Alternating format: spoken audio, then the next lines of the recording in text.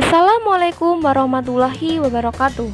Kami dari kelompok 2 di mata kuliah Statistik Pendidikan, Program Studi Pendidikan Guru Sekolah Dasar di kelas D.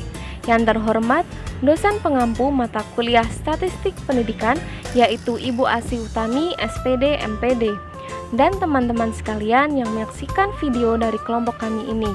Di video ini, kami dari kelompok 2 akan menjelaskan tentang distribusi frekuensi yang dimulai dari pengambilan data sampai proses merubah data hingga menjadi data kelompok dalam distribusi frekuensi. Sebelum memulai, saya akan memperkenalkan anggota kelompok kami yang berkontribusi dalam pembuatan video ini. Yang pertama, Adi Wahyudi, yang kedua Afika Roliana Umi Ulifah, yang ketiga Evelina, yang keempat Lia Wulandari, yang kelima Mantufani Satya Nugraha, yang keenam Nur Widyastuti, dan yang ketujuh Ferdiansah.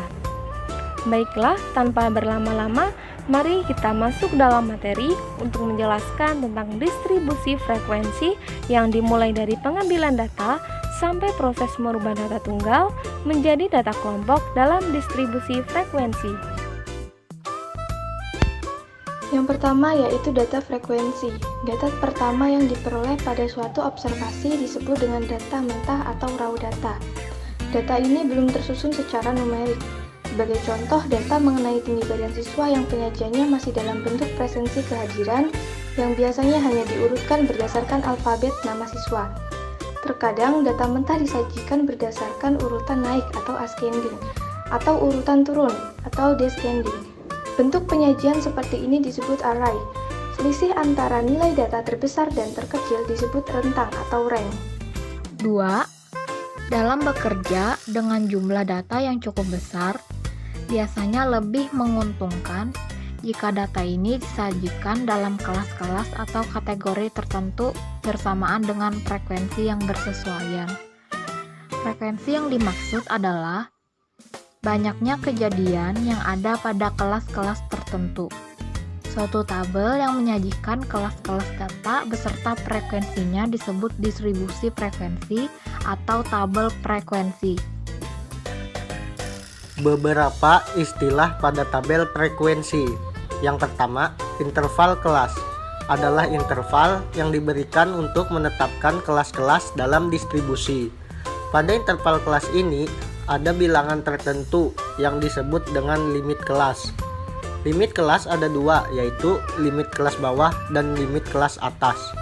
Yang kedua, batas kelas adalah bilangan terkecil dan terbesar sesungguhnya yang masuk dalam kelas interval tertentu. Ada dua batas kelas, yaitu batas kelas bawah dan batas kelas atas. 4. Lebar interval kelas. Lebar interval kelas adalah selisih antara batas atas dan batas bawah batas kelas. Kemudian, tanda kelas adalah titik tengah interval kelas.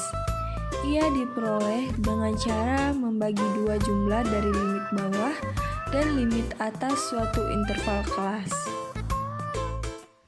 Selanjutnya, berikut contoh tentang distribusi frekuensi yang dimulai dari pengambilan data sampai proses merubah data tunggal menjadi data kelompok dalam distribusi frekuensi. Data usia orang tua mahasiswa PGSD kelompok 2 rombel D 45, 62, 48, 49, 49, 64, 65, 46, 47, 57, 60, 38, 40, 61.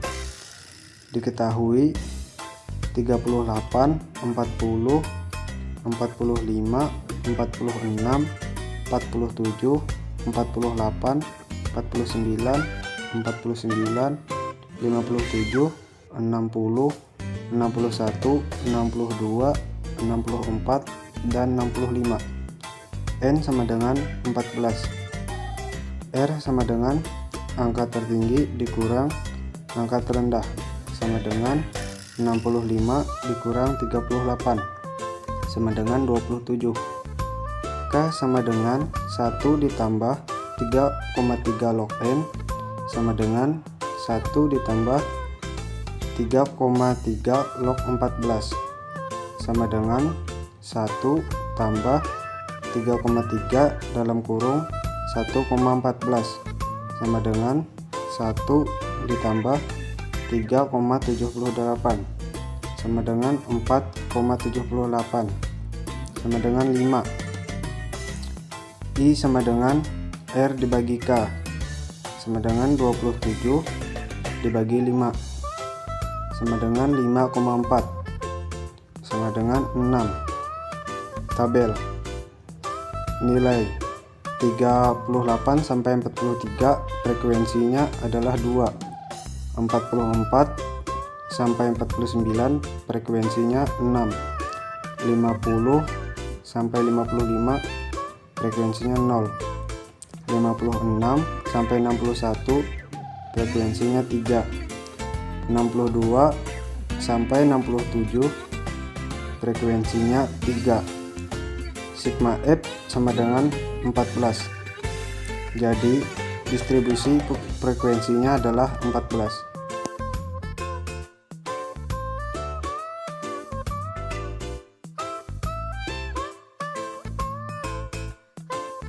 Sekian video mengenai tabel distribusi frekuensi data kelompok.